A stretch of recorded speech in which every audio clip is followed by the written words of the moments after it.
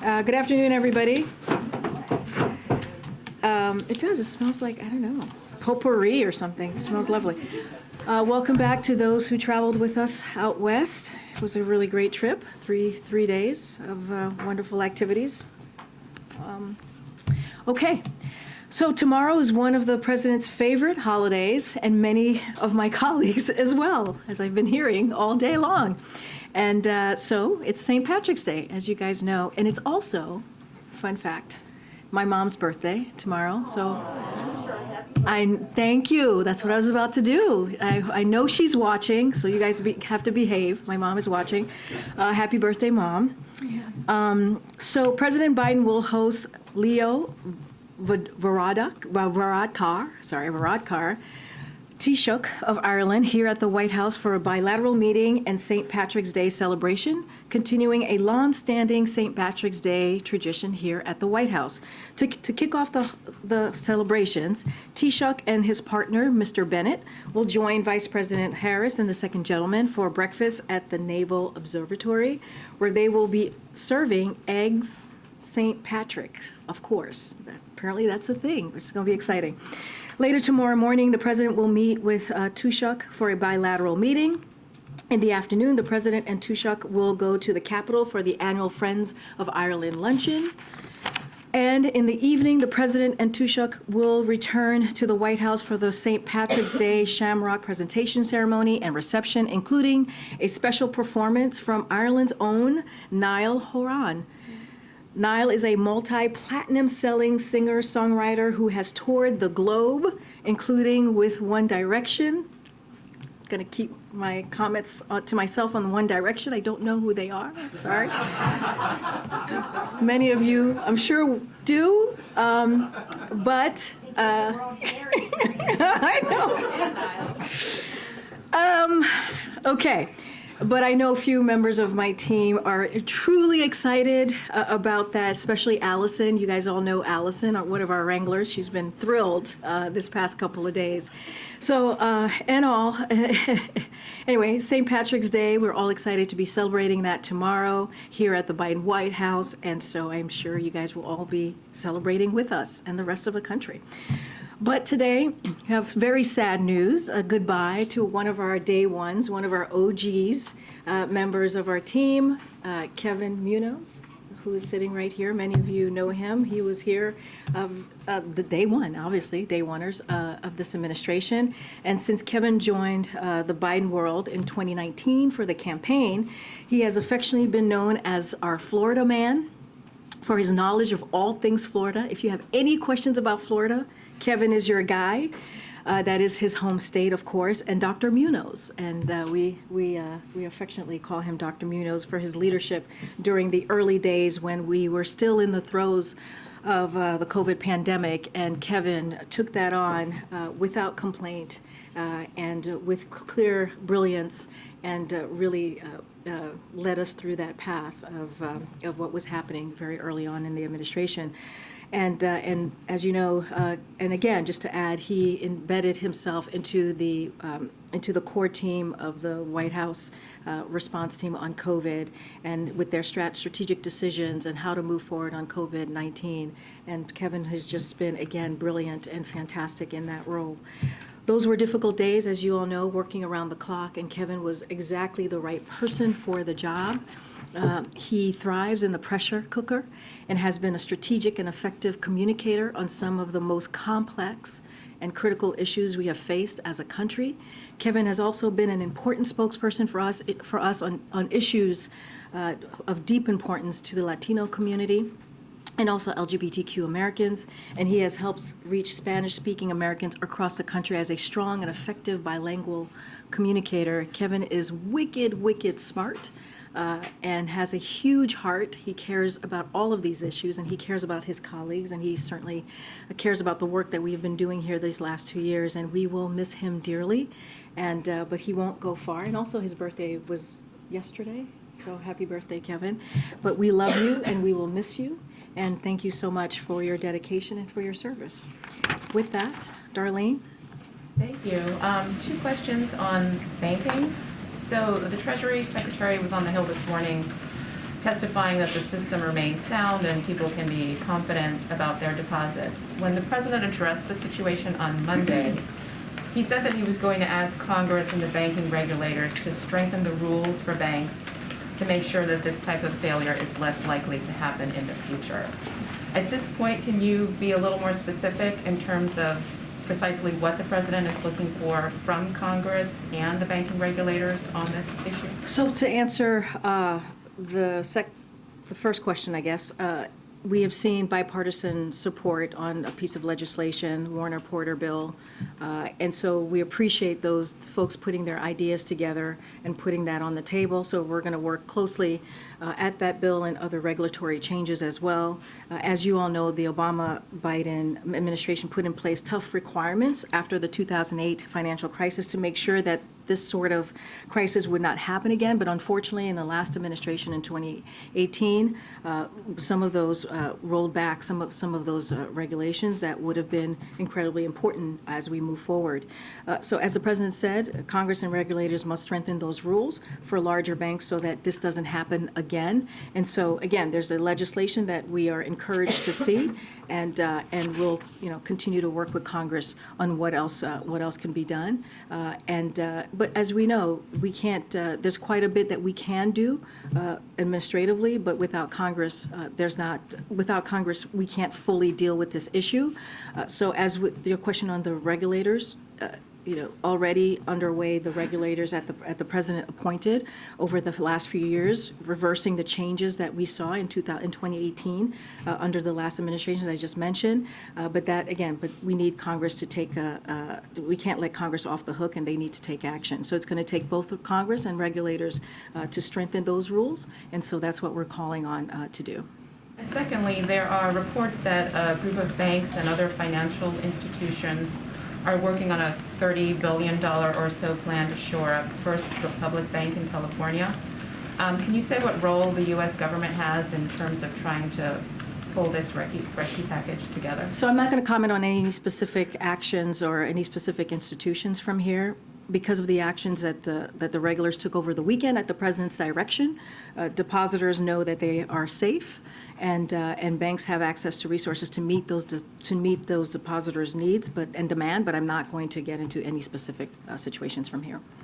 Thank you. Okay, question on TikTok. Over 100 million people now use this app. What is your message to them about why you're so concerned about this platform? What is the president's greatest fear about TikTok? So we've talked about this many times from here before. The president has spoken about this. Look, we want to make sure that our administration. Okay. We're okay over there? Just need the gesture. It was just a budget. Oh, budget TikTok. Smart. Okay, so look, we've expressed concerns over China's potential use of software platforms that could endanger or threaten America's safety and their national security. So that is the president's concern. That is why we have called on Congress to take action. We see a bipartisan piece of legislation that that we are supporting. It's called the Restrict Act, as you all know and been covering. And so that's the president's main priority, to make sure when it comes to their safety, when it comes to their security, when it comes to our national security, that those things are protected. And so that has been the president's focus over the last couple of years. Last month, the president said he wasn't sure if the U.S. should ban TikTok when he was asked about this. Now the administration seems to be hardening its stance. You're backing this legislation, as you mentioned. We've learned, now warning that a possible ban could be at risk here. What changed? So look, when it comes to CFIUS, which is, I'm not going to get ahead of CFIUS, they're the ones who are reviewing this, this particular software and app, TikTok obviously, so not going to get ahead of their process. There's a process here. We try to stay away from that process. Again, going to support the bipartisan legislation that I've just spoke to. Look, the bottom line is that when it comes to potential threats to our national security, when it comes to the safety of Americans, when it comes to their privacy, we're going to speak out, and we're going to be very clear about that, and the president has been the last 2 years. And so we're asking Congress to act. We're asking Congress to move forward with this bipartisan legislation, the Restrict Act, as I just mentioned, and we're going to continue to do so. And just one more on this. China says that the U.S. hasn't presented evidence that this app threatens U.S. national security. They say that this is simply about suppressing foreign companies. Is there evidence that the U.S. has that has been presented? Look, what I can say is CFIUS has a process that they're going through. We're going to let them go through their process. We have concerns, as we have said many times before, about this particular software platforms, and so we take the national security very seriously. The president takes that very seriously. The safety of Americans very seriously. The privacy of Americans very seriously. And so we're not going to get ahead of the review, but certainly we again support this bipartisan legislation that we're seeing out of Congress. Just continuing on the questions about the banking sector, so the Biden administration has expressed a lot of concern in the past about consolidation in other sectors. You've spoken about meatpacking, shipping, ocean shipping, oil companies. Are you worried that this crisis surrounding several regional banks could lead to a consolidation and a concentration in the larger banking sector? And then I'll have another one. So promoting competition in the American economy, we see that as a priority. You hear the president say these words I'm about to repeat right now, which is capitalism without competition isn't capitalism. And so that is something that you've heard the president say multiple times. His executive order on this particular issue, promoting competition, specifically encourages the Justice Department in consultation with the Fed, the FDIC, and Comptroller of the Currency to revitalize merger and oversight. So again, this is something that the president believes in. He believes that we have to have capitalism, and you can't have capitalism without competition, and that isn't capitalism. And so I'll just leave it there. And it isn't, again, the last thing I would say is an important part of our American economy. But I mean, the question is, are you concerned, and what can you do about it? You know, as consumers are now making decisions, having seen what happened with SVB and with Signature, what's happening now with First Republic, I mean, what tools do you have to push back against a further concentration in this critical sector? So look, as it relates to specific banks and institutions, I would refer you to the relevant banking regulators. So I'd leave that there, and that's why the president. But more broadly, that's why the president took the actions that he did over the weekend. Remember, he directed his Treasury Secretary and the NSC director to come up with a plan on how to deal with what we were seeing with SVB, the Silicon Valley Bank, and so they took action. And now what we believe and what you heard from the Secretary today, which is decisive and forceful actions were taken by the government to strengthen public confidence in our banking system. So there should be confidence in our banking system. No taxpayer money is being used or put at risk with this action. And lastly, she said our banking system remains sound and that Americans can feel confident that their deposits will be there when they need them. This week's actions demonstrate our resolute commitment to ensure the depositor savings remain safe. Again, this is something that happened and occurred at the president's direction, and we want to make sure that Americans do indeed feel confident. I'm not going to speak to any specific bank, as you just asked me about the particular bank in California. We clearly are going to be monitoring. Okay, and then just on the international front, on the banking sector, we've seen trouble now with Credit Suisse. The Swiss authorities are stepping in, offering a credit line. What had been discussed there was also a further consolidation. So the biggest bank in Switzerland, UBS, stepping in to aid Credit Suisse. Would you have concerns about that on a global scale if you start to see this movement, kind of happening globally? So, look, we're monitoring the situation. I know the Treasury has been in touch with their Swiss counterparts, which is important. And so we're glad that the Swiss Central Bank provided a reassurance in the form of a loan facility yesterday. But I will say that what we're seeing currently with the Credit Suisse is a distinct issue, and it's a problem. And its problems are not related to the current economic situation, the current economic environment. Again, this is a distinct issue that we're currently seeing, and we're having the Treasury secretaries, the Treasury, I should say, more broadly, is having conversation with their counterparts. Belabor the point. I just want to see what the Biden administration's policy on this is. Do you discourage further consolidation in banking globally or I would refer you to the Department of Treasury. They have been in close contact with their Swiss counterparts as it relates to this particular issue, this particular bank. But again, want to be very clear. What we're seeing with the Credit Suisse is a distinct situation. It does not speak to the current economic environment that we're in. Go ahead. Thanks, Karine.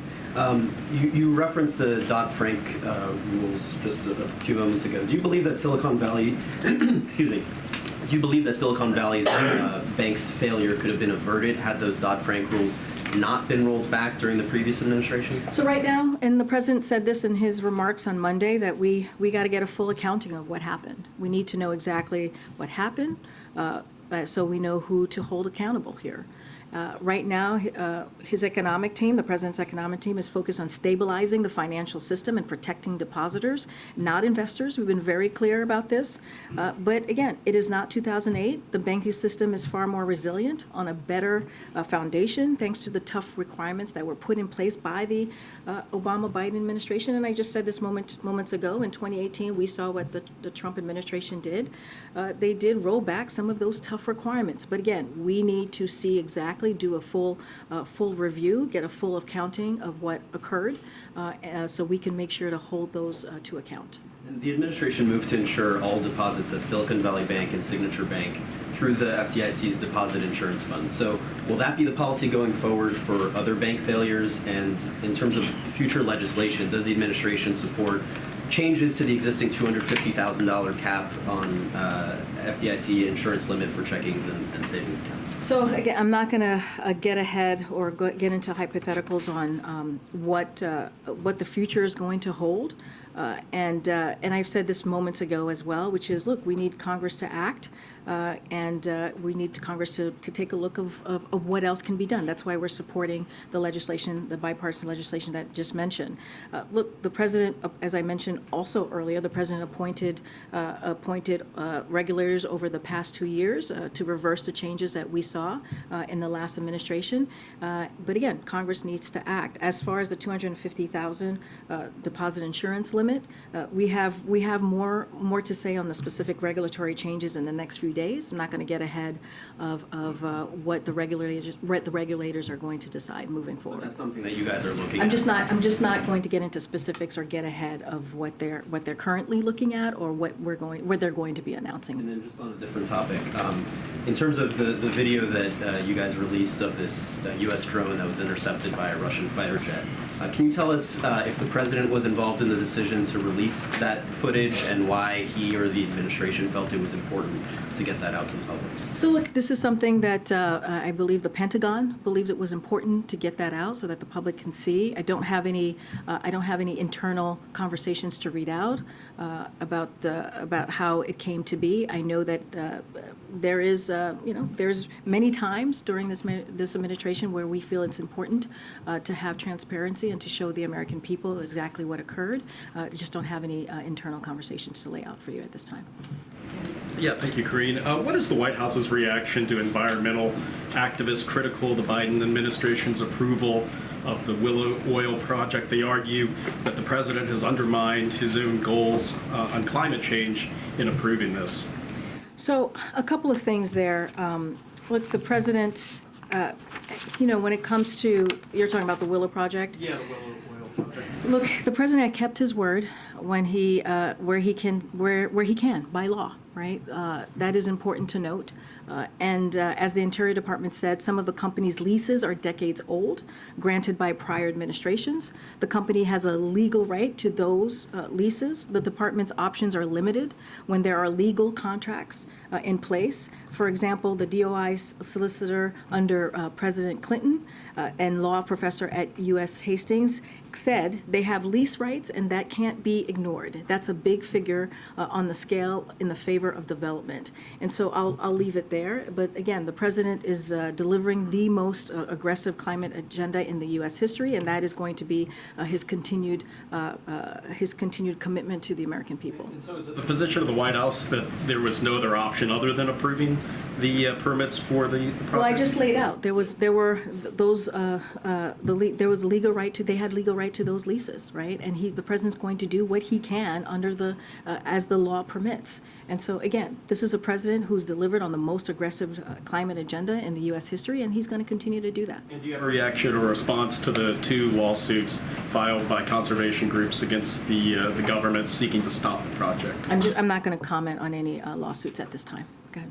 On Ukraine, in the coming months, does the administration have any plans to ask Congress to pass an additional aid supplemental for Ukraine beyond the $6 billion that the president asked for in his budget request? And are there concerns about whether the political will to do so on the Hill is eroding? So look, thanks to the bipartisan congressional support for Ukraine that was passed in September, we believe we have the resources we need through the end of this fiscal year. And I think that's important. Again, that was done in a bipartisan way.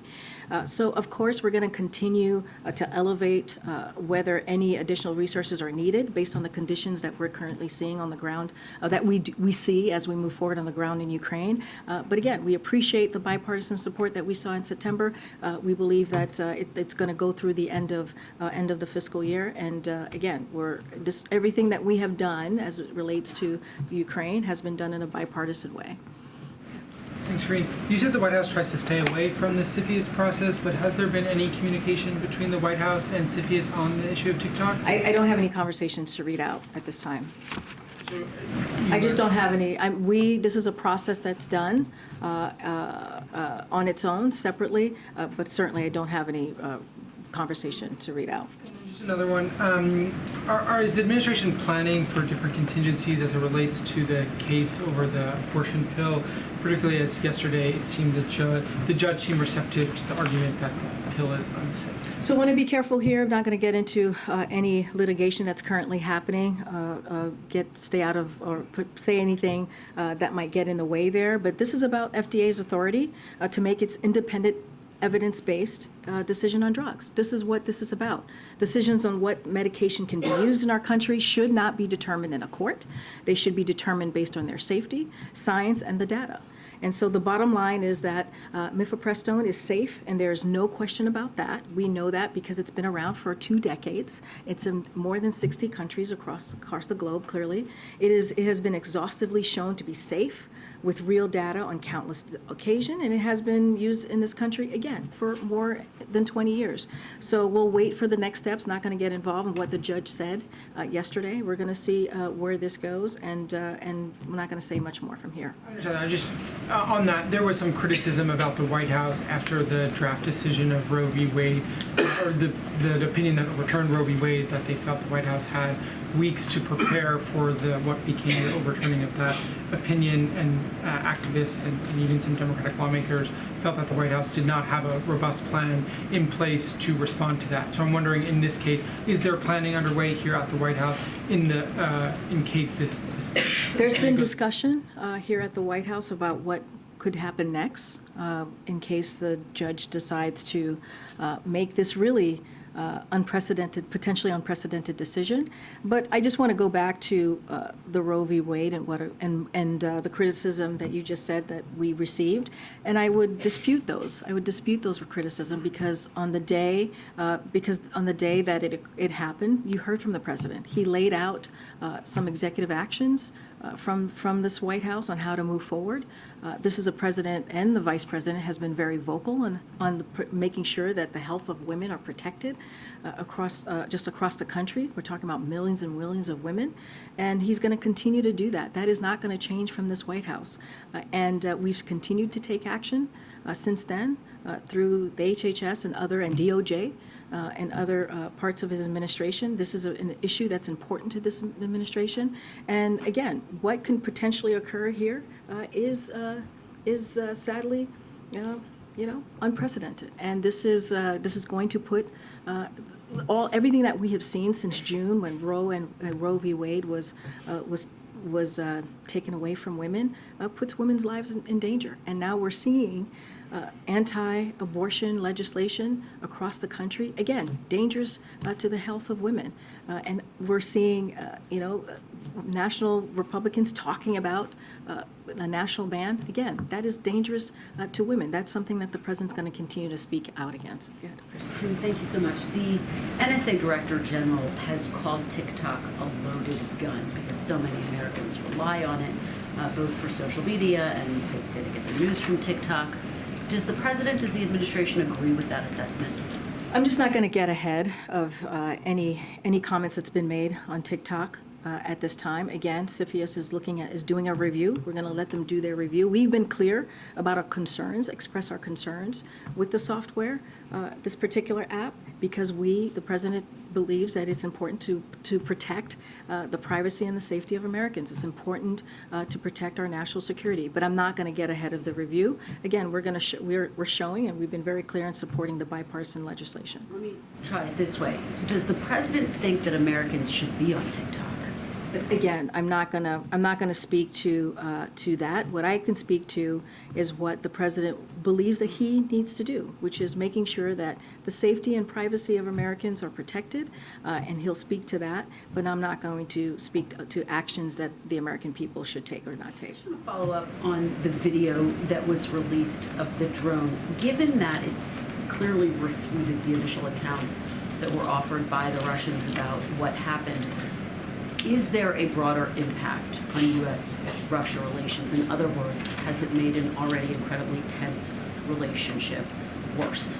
Do you mean, is it going to lead to escalation? Well, look, a couple of things there. And we've been clear, the Pentagon has been clear, my colleagues at NSC has been clear as well. The actions by Russian pilots in international airspace were reckless and dangerous. We have raised those concerns directly with Russian leadership, and we will continue to exercise our rights in international airspace. Clearly, we do not seek armed conflicts with Russia. We maintain direct lines of communication for reasons like this to minimize risk of escalation. But again, we do not seek armed conflict with Russia, and so I'll leave it there. One more, if I could, on the Willow Project. In addition to the environmental groups, there are a lot of young voters who are criticizing the president greenlighting an oil drilling venture in Alaska. What is his message to those young voters who feel like this is a betrayal? Look, the message is this. This is a president that has delivered on the most aggressive climate agenda in the United States history.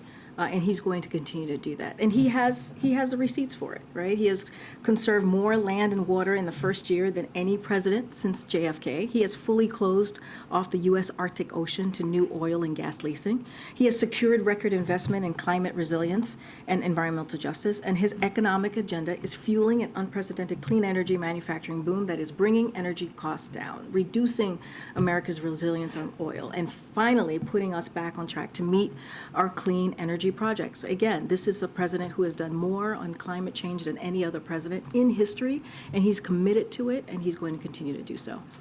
Okay. Will any White House officials be meeting with the president of Taiwan when she's here in a couple of weeks? And is there still concerns that there could be fallout for her meeting with Speaker McCarthy? Well, first of all, I don't have a trip to. I don't believe the trip has been announced or Taiwan has announced any transit at this time. There's a couple of things I do want to say because I know this has come up a couple of times. And so any potential transit that Taiwan might be making certainly would refer you to Taiwan. I will say that transits of the United States by high-level Taiwan officials are consistent with longstanding U.S. practice, the unofficial nature of our relations with Taiwan and U.S. policy, which remains unchanged. Every Taiwan president has transited the United States. President Tsai has transited the United States at least about six times since taking office in 2016, and done so without incident. Such transits are undertaken out of consideration for the safety, comfort, convenience, and dignity of the passenger and are in keeping with our One China policy, which remains unchanged.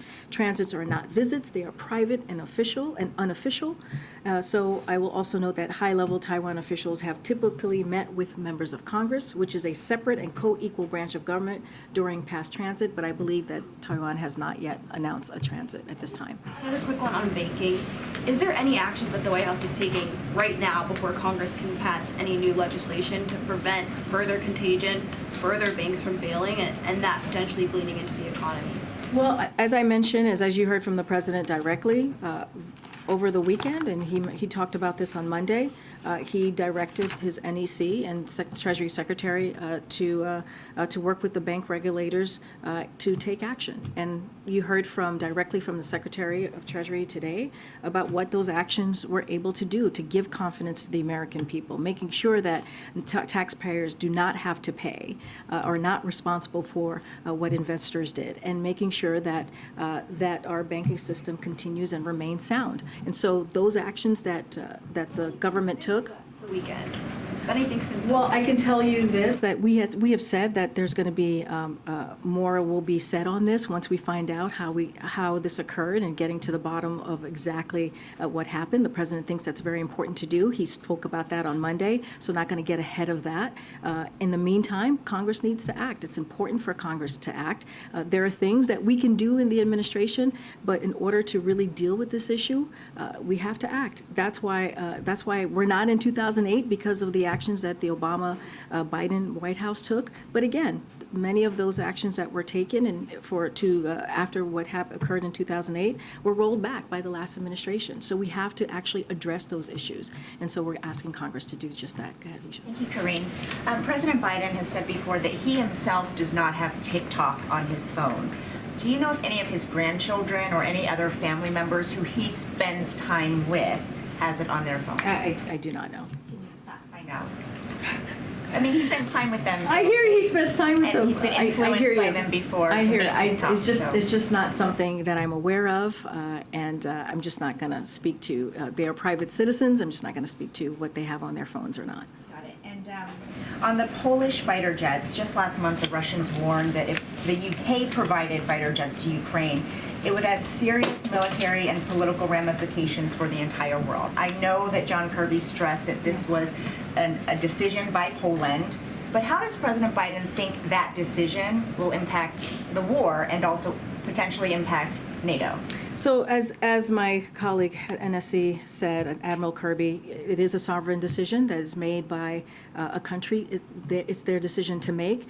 Poland has been providing, as you know, a significant amount of security assistance to Ukraine, as more than 50 nations around the world, alongside the United States, has done as well.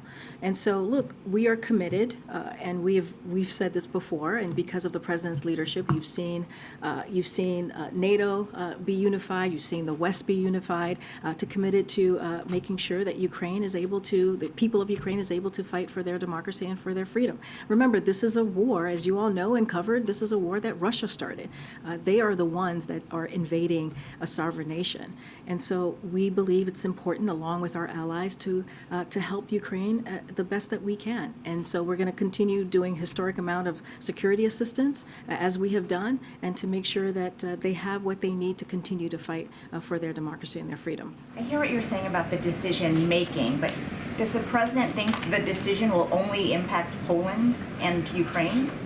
Can you say that again? What do you mean in decision? Well, it was Poland's decision, right? Yeah. But now that they are delivering these fighter jets, how will that impact NATO allies and the war, given what Russia has warned about providing fighter jets just last month? Well, look, we have said it is important for our partners, across the globe, to do everything that they can to help Ukraine, and so that hasn't changed, And as you saw, the president was in Poland recently, had a one-on-one engagement with President Duda, and you saw their commitment by both leaders to continue to do everything that they can. That we can to give Ukraine what they need. And the president President Duda was very, very thankful to the president for everything that we have done. We were thankful to President Duda being right there at the border alongside Ukraine, having to be one of the closest ally that has to make sure that Ukraine has what they need, but also be part of that alliance that continues to provide the security assistance that Ukraine needs. States. I'm not going to, again, it's a sovereign decision. It is their decision to make. But you have seen a strong alliance, a strong partners, a strong West. NATO has come together to do everything that we can to make sure that the people of Ukraine have the security assistance that they need on the ground to fight for their freedom. And I'll just leave it there. And then just quickly, did President Biden know that that was President Duda's decision before he announced it yesterday during that press conference? So we were informed by their decision by Poland to provide the jets to Ukraine. So we continue to closely coordinate with our allies and partners, including Poland, as we provide assistance to Ukraine. Yesterday, Secretary Austin, as you probably know, hosted the 10th Ukraine Defense Contact Group, in which countries around the world continue to step up, support Ukraine as it defends itself from Russian aggression. And that's what you're going to continue to see. Yeah, I'll go ahead, and then I'll keep going. Thank you. There were some new figures out today showing the highest maternal mortality rate in half a century, or a little more in fact. And of course that puts the US right at the top of wealthy countries in terms of maternal mortality. Does the White House, have any plans about this? And so, thank you. Yeah, I have a statement here that we wanted to share with all of you. Look, the data that came out today show for far too long pregnant and postpartum women have been short-shifted here. Which is exactly why the president and congressional Democrats are working to improve their access to health care, to lower health care costs, and to significantly increase investments in improving maternal health. But meanwhile, what we're seeing from the other side, what we're seeing from Republicans they're doing the complete opposite, which is consistent and on brand for them, working to gut health care for Americans, repeal Affordable Care Act, and make deep cuts to Medicaid, which is the last thing we should do, given that 40% of women have Medicaid coverage at the time of delivery. It is incomprehensible, and it is incredibly dangerous, what we're seeing from our Republicans colleagues in Congress. The most powerful country in the world should not be accepting this as a reality.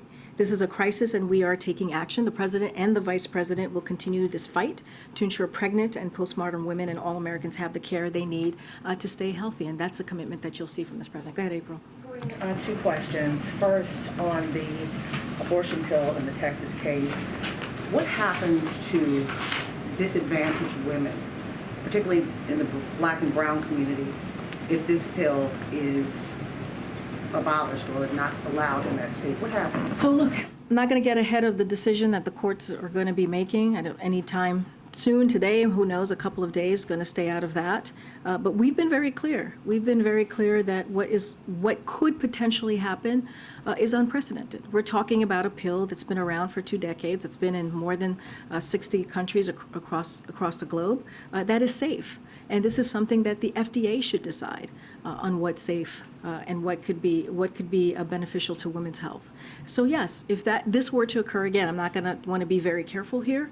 This would be devastating to that very group that you just listed out, April. So you're questioning his definition or qualification for what's safe, the judge?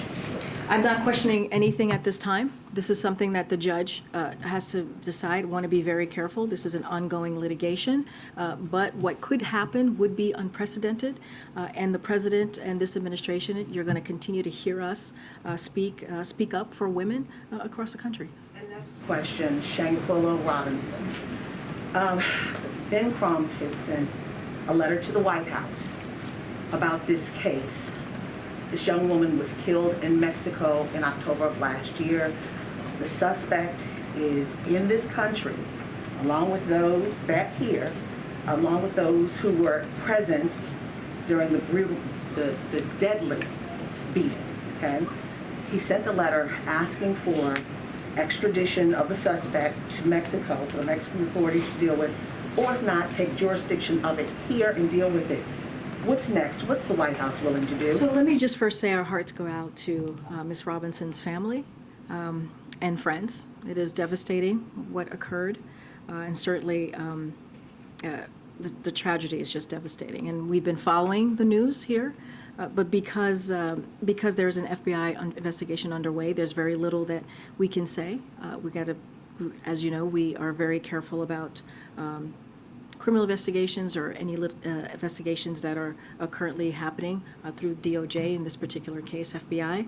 But our hearts go out to again, to the families, and I would have to refer you to the DOJ and the State Department on this. Let me ask you this. So since there's an FBI investigation, does that mean nothing happens until the investigation is complete? Or, the United States has extradition treaty with Mexico. Is all of this contingent upon the FBI investigation? What I can say is there's an investigation going on, so this is something that the FBI has to speak to. So that's why I'm referring you to the Department of Justice. And it's also an issue of the State Department, again, so would refer you to the State Department as it relates to another country and the diplomatic conversations that occur there. But again, this is something that we're clearly following here, and our hearts go out to her family. And last question on this, though. Are there capabilities for the United States to take jurisdiction over this if it doesn't go, if the suspect is not extradited back? Look, April, I understand the question, and I appreciate the questions, all important questions to ask of me. But again, there's an ongoing investigation, so I would refer to the Department of Justice. But process, not necessarily the investigation. But there is a process that's currently happening because of the investigation, so I would refer you to the Department of Justice and also the State Department, as there are, this is a diplomatic issue that needs to be handled on that end. Okay. And then, I'm sorry, and then I'll go to that. You were asked about this last week. At that point, you all didn't have an answer. I wondered if you do have an answer now as to whether or not the president will sign the COVID origins intelligence bill that was unanimously passed. Thank you for the question. I know I was asked about it, I believe, on the plane on Monday, as you just mentioned. So we're looking at it. We have continued to share information with members of Congress. And as you know, just months after the president came into office, he asked his intelligence community to double down and to take a look of the origins of the COVID origins, because we believe it's important to get to the bottom of this and also if once the intelligence community has made their assessments, clearly we would share that with the public. As it relates to the legislation, we're going to we're going to take a look at it, and certainly we'll have more to share. But you haven't made a decision whether we will sign it? No, we're just taking a look. We're taking a look into the bill. Go ahead, Christina, in the back. Thank you, Colleen. Can you confirm if the administration is considering redesignating temporary protected status to Nicaraguans and what that would look like? So we don't have anything to share on that at this time, any announcement. As you know, when it comes to temporary protection status, that is something that is housed under the Department of Homeland Security, and they designate. That would be something for Secretary Mayorkas to designate, and so I just don't have anything for you on that. I would refer you to the Department of Homeland Security. One more question on the video. Is there a red line for Russia? Is there a point where these aggressions become an act of war? And are they aware of that? So look, as I said earlier, we have had the lines of communications with Russia has been open. We've had those conversations with Russia. And so I'll leave it there, and we'll continue to make those have those communications. We're not looking for escalation. I said that moments ago, and I'll just leave it there. That is not what we're looking for with Russia. I'm going to try to take more in the back. Go ahead, Courtney. Thank you. I wanted to ask you about travel requirements. The U.S. lifted the requirement for COVID-19 tests for travelers flying from China. Do you have any update on the vaccine requirement for international travels in general? Don't have any updates at this time. And a second question on parole. The U.S. has had a humanitarian parole program that you opened for the 4 countries from Latin America. That program is being challenged in court in Texas. Can you talk about the implications of that case? I know that type of parole has been a tool that the president has used repeatedly in the last 2 years, not just for the Southern Hemisphere, but for other humanitarian crises. Yeah, so as you know, that parole program that we put into place is working. It's working. It's gone down. Those 4 countries crossing over coming to the border has gone down by more than 95%.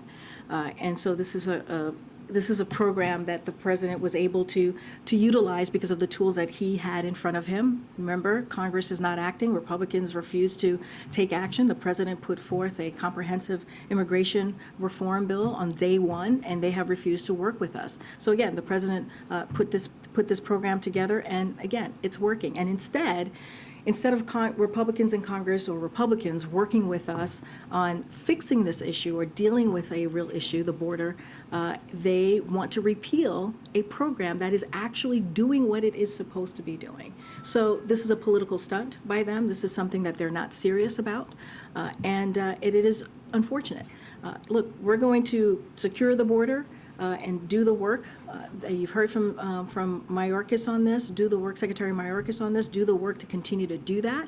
But we need Congress to act. We need Republicans to seriously come to the table and deal with it. Repealing a program that is working is just doesn't make sense, and it's a political stunt. All right, I know I have to go. I'll take one more. Go ahead, Karen. Thanks, Corinne. You laid out a very detailed schedule for the president tomorrow with the Prime Minister of Ireland, but it did not include a 2-and-2 press conference. Can you say why not, and whether that might be added to the schedule tomorrow? So I think you've having a pattern with a lot of the world leaders who are coming to the White House. Look, I've spoken up to this many times when it comes to diplomatic. Up in the briefing that it's not part of the schedule. Right, and again, I brought it up many times, and I gave an explanation. These are diplomatic conversations that happen with the countries that are visiting, and it is something that is decided in that way. But there will not be a 2+2 tomorrow, as you just noted. But again, this is in coordination with the country that come to visit here at the White House. You're going to have an opportunity, or your colleagues will have an opportunity to ask questions during the pool spray of the Oval, at the Oval that happen every time a head of state visits. So that is an opportunity to be able to pose a question to the president or the head of state that is visiting the White House on that day. But again, this is coordinated. That's not true. He's answered questions. We get yelled at. It's not.